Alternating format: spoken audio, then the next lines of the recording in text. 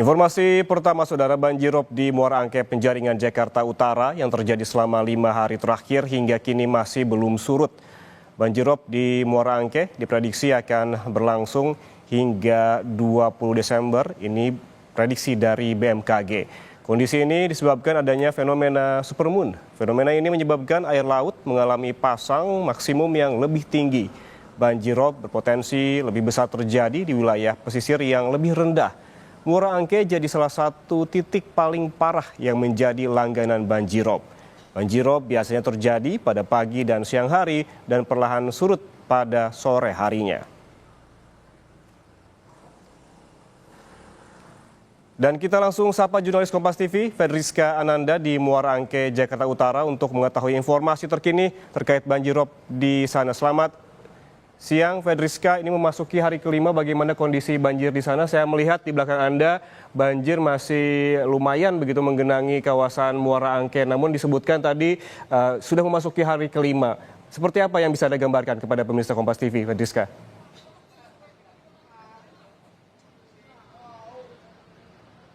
Ya, selamat siang Yan dan juga saudara. Seperti yang tadi sudah Yan singgung juga bahwa banjir rob ini terjadi pada siang hari ataupun dari pagi hari hingga siang hari karena diakibatkan pasang yang mencapai maksimum begitu ya.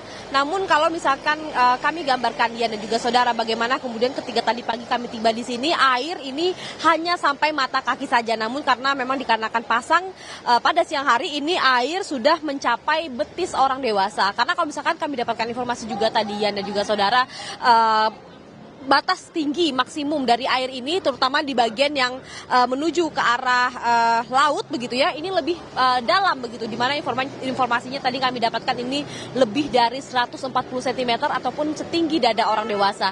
Namun seperti yang Anda lihat di sini masyarakat juga masih mondar-mandir, masih beraktivitas seperti biasa. Tampaknya dari masyarakat ini juga tidak mau ataupun enggan meninggalkan rumah mereka karena mereka menilai ini merupakan fenomena biasa. Mereka menilai bahwa nanti juga akan surut begitu ya, sehingga memang mereka ini enggan untuk meninggalkan rumah mereka dan juga tetap beraktivitas seperti biasa. Meskipun dari pemerintah Provinsi DKI Jakarta ini juga sudah menyiapkan tempat pengungsian di kantor kelurahan yang memang tempatnya lebih tinggi begitu ya. Namun dari masyarakat ini tidak menganggap hal ini menjadi masalah begitu. Justru kalau misalkan tadi saya lihat masyarakat juga tetap beraktivitas seperti biasa. Karena kalau misalkan kita ketahui juga ya dan juga saudara, banjirop ini merupakan air laut yang pasang. Jadi memang ketika ada ketinggian level air yang berbeda ataupun dasar yang berbeda begitu ya, ini akan terjadi arus yang kencang begitu. Apalagi ketika nanti pasang terjadi, ini akan ada arus begitu. Ini akan terlihat seperti sungai. Dan kemudian ini cukup berbahaya bagi anak-anak yang memang mereka bermain di air ini. Apalagi kalau misalkan kita mengingat ini bulan Desember, curah hujan juga cukup tinggi. Jadi artinya yang menjadi ancaman bukan hanya saja banjirop, namun juga hujan yang diakibatkan oleh curah hujan yang tinggi. Jadi kita tentu menjadi perhatian khusus begitu ya bagi pemerintah Provinsi DKI Jakarta, bagaimana kemudian hal ini dapat tertangani dan juga masyarakat dapat dievakuasi sehingga nanti tidak menelan korban. Yan.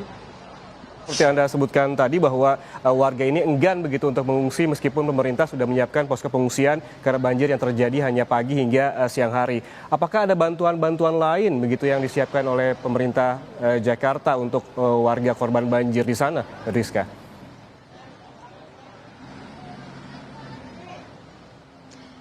Kalau kami pantau Yan dan juga saudara, tadi yang datang memberikan bantuan ini adalah dari Badan Amil Zakat Nasional ataupun Basnas begitu ya, yang mereka memberikan bantuan lebih kepada makanan siap saji. Karena memang dalam kondisi seperti ini tentu masyarakat tidak bisa menerima bahan mentah ataupun bahan sembako yang memang tadi didistribusikan oleh Basnas ini melalui per kapal karet yang akan didistribusikan ke masing-masing RT. Tadi kalau misalkan saya pantau ini ada makanan, kemudian ada lauk begitu dan juga air mineral yang didistribusikan kepada masyarakat. Jadi memang masyarakat tentu tidak harus memasak makanan mentah, jadi mereka tinggal makan saja. Selain juga dari Basnas, kami juga tampak ini dari BPBD yang juga bersiaga begitu apabila memang ketinggian air mulai mengkhawatirkan, ini tentu dengan siap siaga untuk segera mengevakuasi masyarakat. Kemudian dari Polairut juga melalui kapal karetnya ini digunakan juga untuk mendistribusikan makanan ke tempat-tempat yang memang tidak terjamah oleh badan begitu ya, yang tidak terjamah oleh badan seperti biasa seperti